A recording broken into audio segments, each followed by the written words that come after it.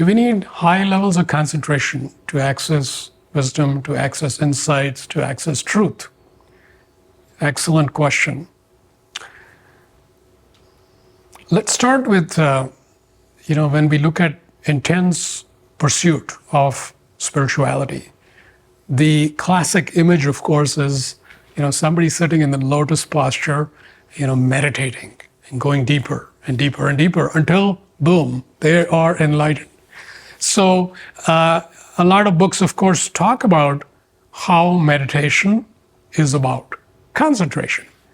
Without concentration, there's no meditation. And typically somebody will say, okay, I'm sold, I'm going to meditate. And you sit down and you try to concentrate and you find that it's not so easy.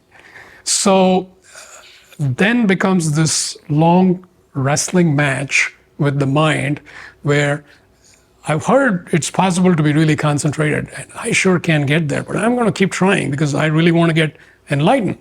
So I'm going to try harder and harder and harder. And so this is just presenting the classic view of concentration, meditation, and enlightenment, which comes from many traditions. And of course, there's truth to that.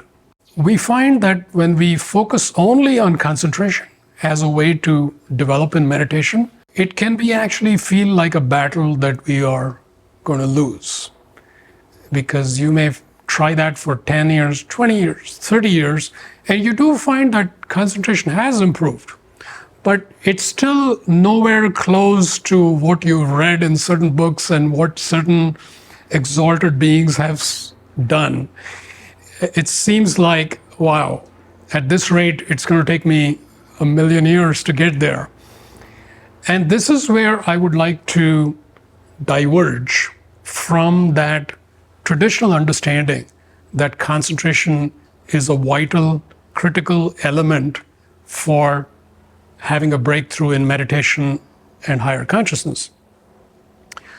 And I think it's really good news, actually. So, turns out, concentration is useful, is important, and it starts taking you deeper. At some point, you have good enough concentration. When you have good enough concentration, you are able to some degree, marshal your inner energies and bring them to a reasonable focus. It may not be a laser focus, but it's a reasonable focus. At this point, you've developed a foundation of concentration, which I think is very important. But here on, what happens is very different. What happens is, if you are able to draw upon higher aspects of your own being, if you're able to draw upon light, if you are able to expand your consciousness, but in a way that is able to take the contents of your mind not so seriously. So this is a critical skill and it's not the same as concentration. So having some content, having some thoughts, feelings go by, but not getting entangled with it, just simply letting it go by. So it's not like there's absolutely nothing going on. There's stuff going on, but I'm at peace with it. If you're able to do this, then what happens is, in theory, there's things happening, so you're in a way not completely concentrated, because you're not laser focused on only one object of concentration. There's other things going on. However, your consciousness is still expanded. At this point, it has become like the sky, and the sky, there's clouds floating by, but the sky is untouched. And you have at some point transitioned your consciousness from being ground level to the sky level. This is incredibly good news, because your most important aspect why we meditate is to transform our consciousness. It's not about being the best meditator in the world. It's not about having perfect concentration. Because of this, you can make leaps in your inner development, and you can reach higher states of consciousness without the concentration or the lack of concentration getting in the way. So it's almost like, there's a security guard who's guarding this gate to some place you want to get to. You want to get into this castle, and it's very heavily guarded. And it's like it takes a lot of concentration to get past the security guard. And the security guard is very strict. He has rules. He's not going to let you in.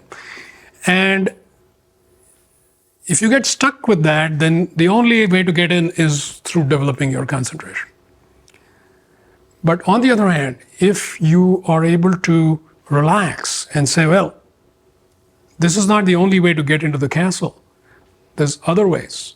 Maybe I can float up and get in a completely different way. And so as you think of those approaches, your consciousness can actually rise without the higher level of concentration that's typically thought of as a requisite. So you raise your consciousness and you can float into that castle, and you can be where you ultimately need to be, which is the place of tremendous freedom, a place where this super high state of consciousness, which is untouched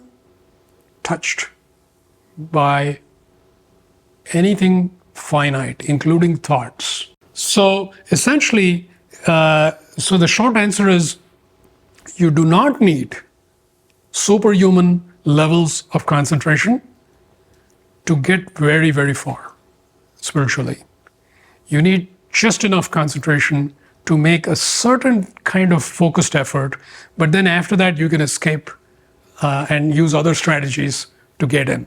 So I think this is really very encouraging for a lot of us, because I don't think most of us are ready to take off into the mountains and sit in a cave for 25 years just focusing on concentration. So it's doable, more doable than we may realize.